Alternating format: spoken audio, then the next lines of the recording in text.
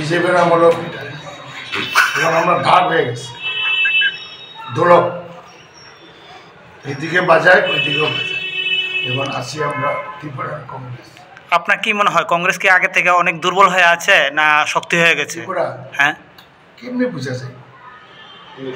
শক্তির দিক দিয়ে তো অনেক শক্তি, কারণ আমরা মাত্র 13টা সিটে আমরা দাঁড়িয়েছিলাম, কিন্তু 39% ভোট পেয়েছি। 47 সিটে সিপিএম দাঁড়িয়ে 24% পেয়েছে। বিজেপি পেয়েছে 39%, কংগ্রেস পেয়েছে 39%, আইপিএফটির একজন এমএলএ এরা ভোট যোগ করে 40% হয়েছে। এই যে রুলিং পার্টি মাত্র 40%-এর গভর্নমেন্ট, আর কংগ্রেস একলা কিন্তু 39%। সুতরাং সেই নিরিখে দেখতে পারেন কংগ্রেসের যারা এখন বর্তমান সামাল দিচ্ছে মানে কংগ্রেস পার্টি অফিসটা, তাদের দাবি যে কংগ্রেস আগে অভিজ্ঞতা বেশি, তাদের দল করে এসছে। আমরা শুধু একটাই দল করছি, অভিজ্ঞতা কম। তারা তো বিভিন্ন দল করে, অভিজ্ঞতা বেশি। তাদের দাবি যে এখন দলটা বলি অনেক শক্তিশালী হয়ে গেছে, তার অভিজ্ঞতা বেশি। বিভিন্ন দল করে তো বিভিন্ন অভিজ্ঞতা আছে না, ওটা মিশ্রণে একদম বুলেট। আগামী দিনের কংগ্রেসের স্ট্যান্ড কি থাকছে? খুব ভালো। আমাকে জিজ্ঞেস করে পাবেন না, যারা স্টিয়ারিং ধরে তারা জিজ্ঞেস করবে গাড়িটা কই যায়। আপনার ভূমিকা কি থাকছে তাহলে কংগ্রেসের আগামী দিনে?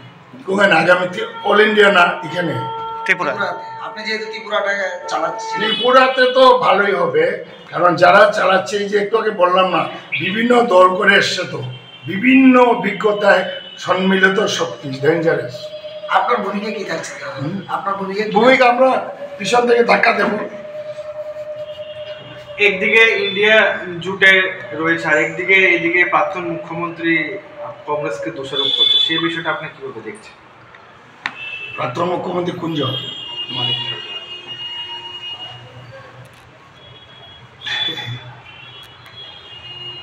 যে কংগ্রেসের ভুলে এরকম হয়েছে।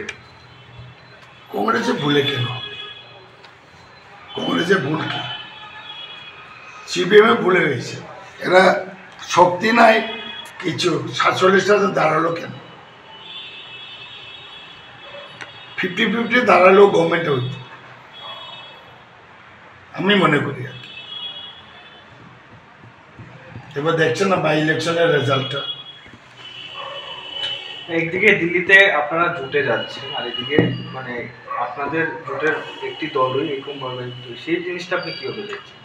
উপর থেকে তো সিপিএম এর বড় নেতারা বলে দিয়েছে জোট করবো না, দেখলাম তো, আপনারাও দেখছেন কাগজে, টিভিতে।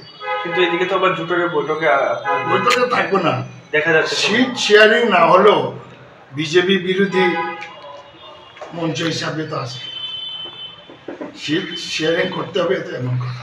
আপনার কি মনে হয় কংগ্রেসে কি এখন কোন দলবাজিটা আছে না নেই? কংগ্রেসের ভিতরে যে ভিতরে অন্তর ভিতরে একটা কুন্দল থাকে সবসময়, এটা কি এখনো আছে না? কুন্দল আর কই, কুন্দল কার মধ্যে নাই? বিজেপির মধ্যে নাই, সিপিএম মধ্যে নাই। তো দেখা যায় না, দেখা যায় একজন কথা বলে না মঞ্চে, তো ইলেকশন সময় দেখেছি একজন কথা বলে না, আমিও মঞ্চ শেয়ার করেছি।